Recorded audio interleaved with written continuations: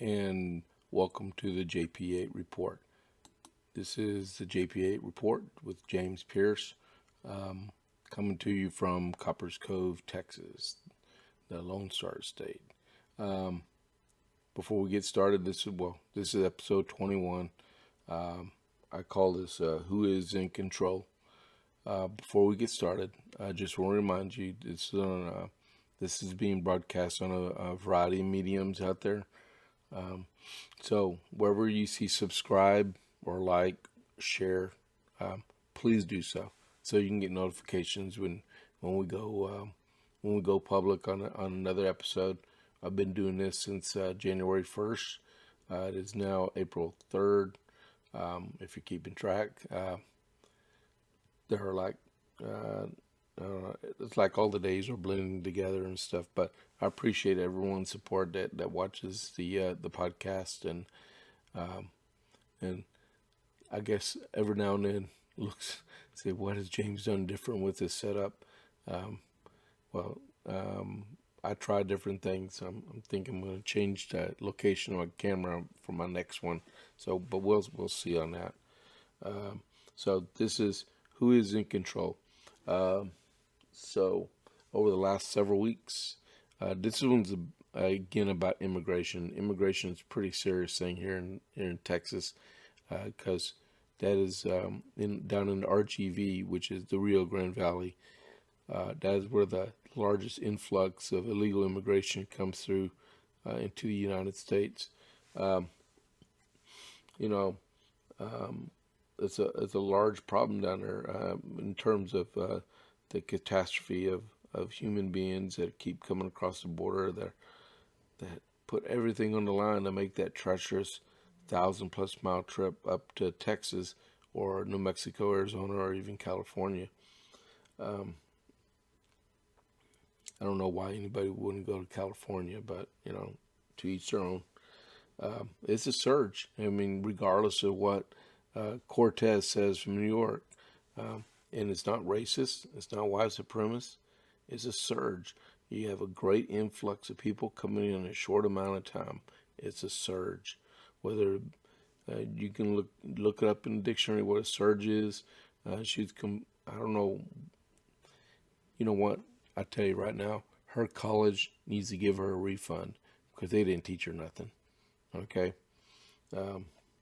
Or she needs to give some of their money back to give them because she stole it from them or something. Because I tell you, to my understanding, she has an economics degree, and she doesn't understand it. She's just a pure, straight out, blatant socialist that needs to go away. And I wish the people in New York City would just let her go away and put someone else in there. Okay, there's all kinds of people that could probably better represent that district than her. Her and her fellow few friends out there are just tearing our country apart. And her getting involved in our immigration stuff down there in Texas, she doesn't have a clue what's going on. A buddy of mine, he has his own podcast. It's called The First Branch. His name is Michael McMurray. He put out a podcast on April 2nd about immigration. Wow. It was like 18 minutes long, and it dealt with the 14th Amendment and Article 1, I believe Section 8 of the U.S. Constitution, and it was very good. Okay, so that's a plug-in for Mike. I do listen to his podcast, and it's really good. At this point in time, there's roughly about 14,000 people, unaccompanied minors, in camps down on the Rio Grande, around Donna, Texas, and places around there. That's a lot. I even watched a video earlier this week of a 3-year-old and a 5-year-old girl being dropped over a 14-foot border fence, and then the smugglers ran away after they dropped them over the fence. And then come to find out, my heart bleeds for stuff like that, because Kids shouldn't be treated like that at all, ever.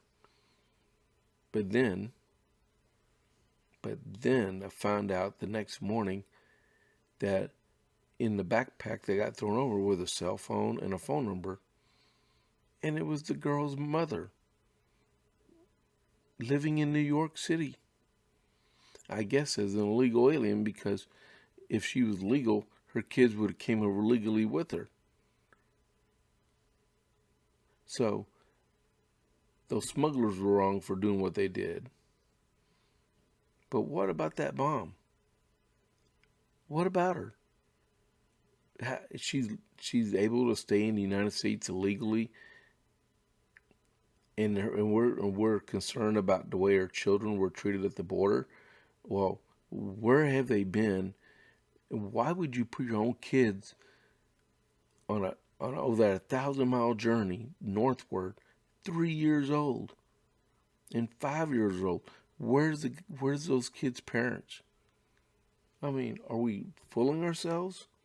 We're drinking the Kool-Aid of the Democrat Party that tells us we had to let everybody in our country, regardless of the situation.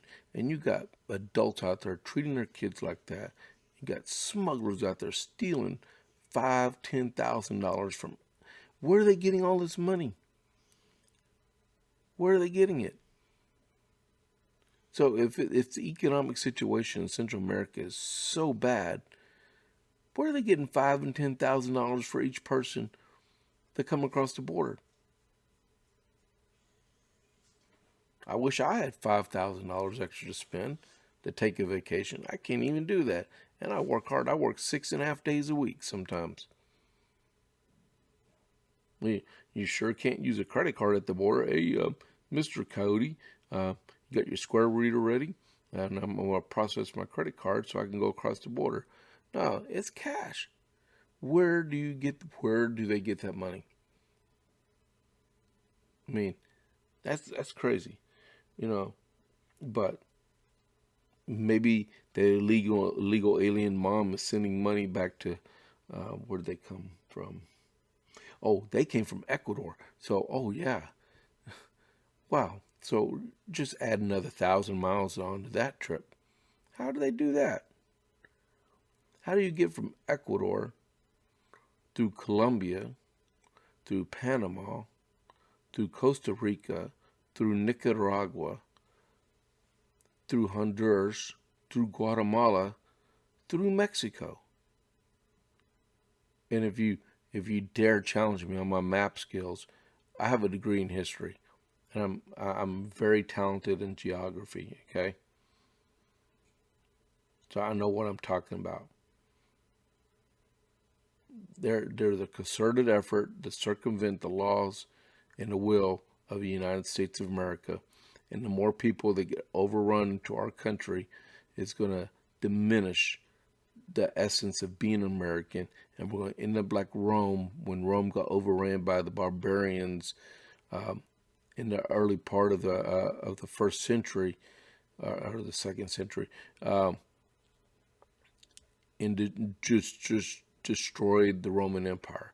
That's exactly what's going to happen to us. The Democrats don't care until we just give up on the Constitution, and they're going to rewrite a new Constitution in their eyes, and will be either anarchy type society or authoritarian type society with very few, if any, rights for any American that's still alive in the United States. We need to take a stand and say this is not going to be tolerated ever. We need to control our border. Okay, whether it be the state National Guard enforcing immigration laws on the border and preventing from people from coming, or we got to do something. It's unfair to the people from Latin America, and it's unfair to the Americans. It's everyone's being taken advantage of, whether it be the smugglers making hundreds of millions of dollars off human trafficking, or us just turning a blind eye and let everybody into our country that wants to come in, and all of our wages for our employees or our employees go down because they have a cheap labor force coming across the border. Wrong answer. Wrong answer. Elect some people that actually know what's going on instead of a feel-good woke society that doesn't have a clue. All they want is to stay behind a keyboard and just type, type, type, type, type, type, type, and just negate everything in the area because they feel like it's their right to be able to do that. Just because you have a right to do something doesn't mean you go out and do it. Okay? It does not mean you go out and do it. So, so what is Kamala Harris doing? About a week and a half ago, President Biden or his handler appointed her to Central American Affairs for the problem of illegal immigration. She was part of a conference call with Guatemala's president,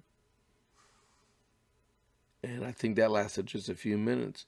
But she has yet to go on down to the border of Texas or Arizona, New Mexico, or California. And you know what? She's a Democrat.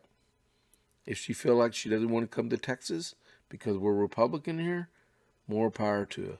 Well, why doesn't she just go to the border over in San Isidro or over in the New Mexico area where there's a border crossing, where those young kids were dropped off at the other day? She hasn't yet driven down or been flown down to the border region. She has yet to go into Mexico, go to Mexico City, meet with AMLO, or meet with the El Salvadoran president or the Guatemalan president or the Honduran president in person.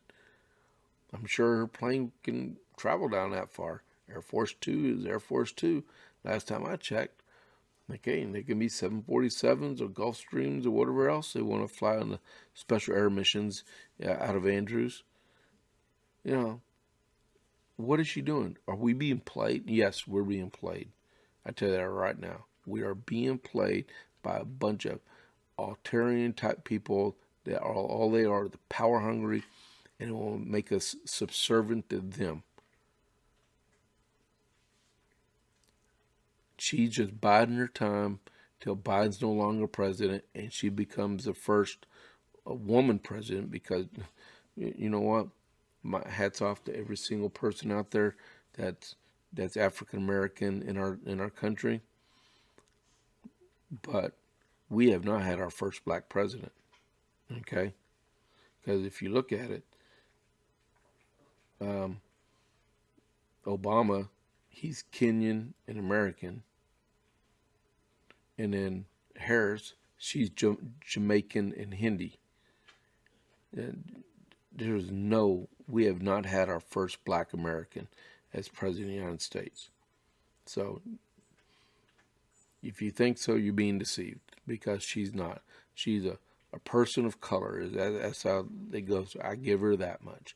But she's not the first black American. Okay? Some of those people have endured a whole lot. But no, she's not it. But she's just biding her time till Biden can't be president no more, and then she'll be the first woman president of the United States. But she ain't shown me anything that she has done that's been worthy of it. She dropped that before the first primary. She wanted to be president, and she just dropped out. She dropped out.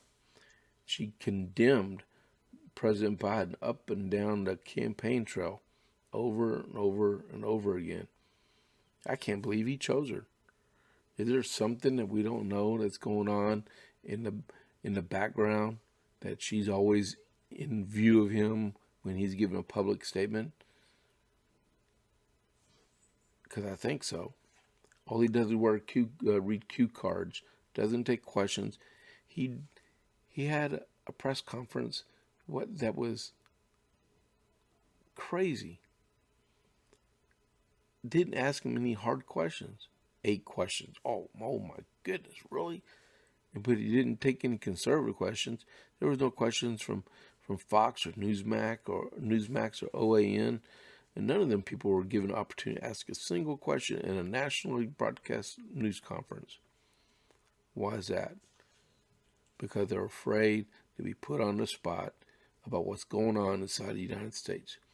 And all the people in the south part of Texas and the other border regions were being taken advantage of. Here in Texas, Governor Abbott, he ended all restrictions a couple weeks ago. If you don't follow the numbers, I do. Okay, you ought to look at our daily report for the COVID. Okay, yesterday was April 3rd. There was only 25. We got 30 million people in our state. Okay, or 32 million, something like that. There was 2,500 new cases of COVID in the entire state that was reported yesterday afternoon, and 117 deaths. We represent 10% of the population of the United States. And we don't have restrictions. Now, why is it all these other states that got restrictions have numbers equal to ours or higher? I mean, of the bigger states, okay? Don't get me wrong. Come on. I'm not crazy, okay? So what happens with the influx of all these illegal immigrants coming across the Rio Grande, being stuck in Texas, or the Border Patrol, CBE, Customs Border Enforcement, they said, hey, we have no other place to put them. We'd tell them, please report in and get your court date to see if you can stay in the United States. What do you? Are they tested? And if they test positive, where do you quarantine them at?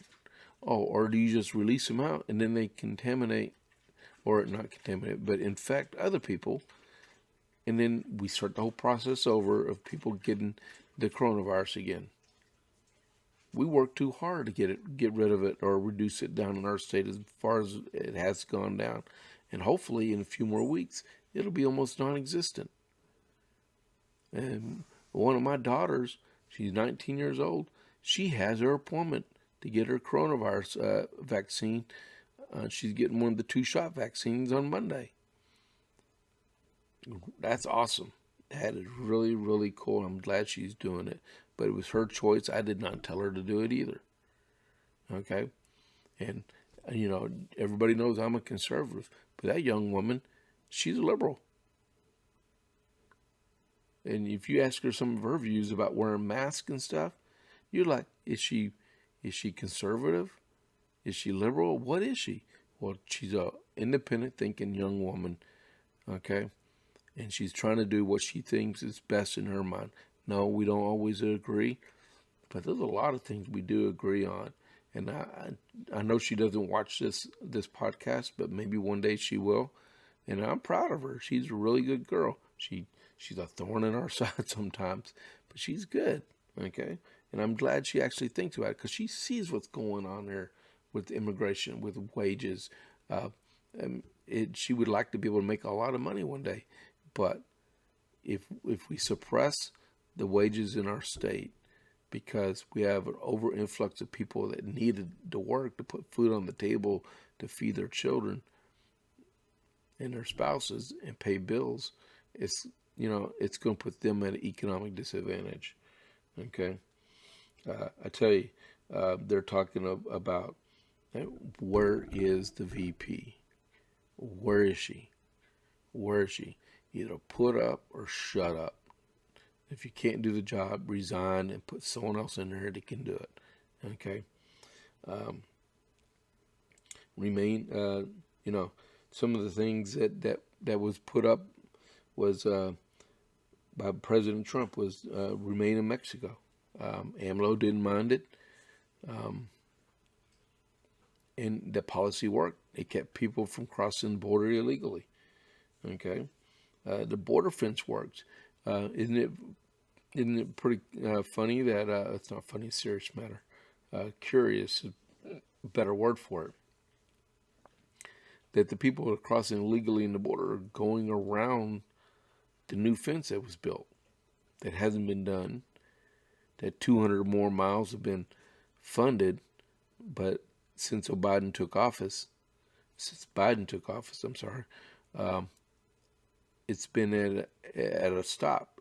And with their contracts, they still got to pay those contracts. So nothing's happening and money's being wasted, in which we could have been billed. But these illegals are crossing the border around the border wall. That's all fine and dandy, isn't it? It shows that it does work. Except for those 14-foot sections in New Mexico where they just climb up and drop people over. It needs to go up double the size. You can't say that it affects the sunrise because it's on the southern border, and usually on that side you see the sunrise. The sunset might be affected. There needs to be greater access to the camps out there so people can see what's going on. So the public knows what's happening with our tax dollars and what's happening to the immigrants coming into our country and how they're being treated. Okay, it's not a POW camp. Reinforce our border with the National Guard. That's easy to do, and with Operation Lone Star, Governor Abbott's doing that. We just got a bad situation going on. Okay, I listen to podcasts all the time.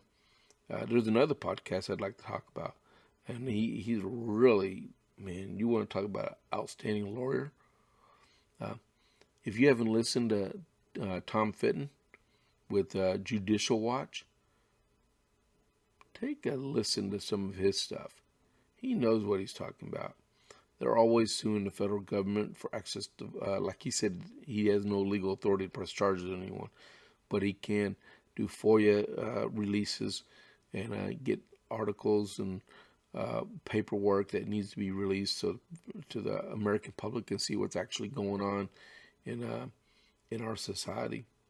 Yeah, so he's with Judicial Watch. He's a good person to listen to. Okay, and Mike McMurray, like I was talking about earlier. But there's always good people out there. Dan Bongino's another good one to listen to. Okay, he's about to start off his radio show. But I tell you, we got 32 million Texans in this state, and our number one goal is to protect them. All right, so this is the recording for the day, episode 21. Like it and share it. This is James out.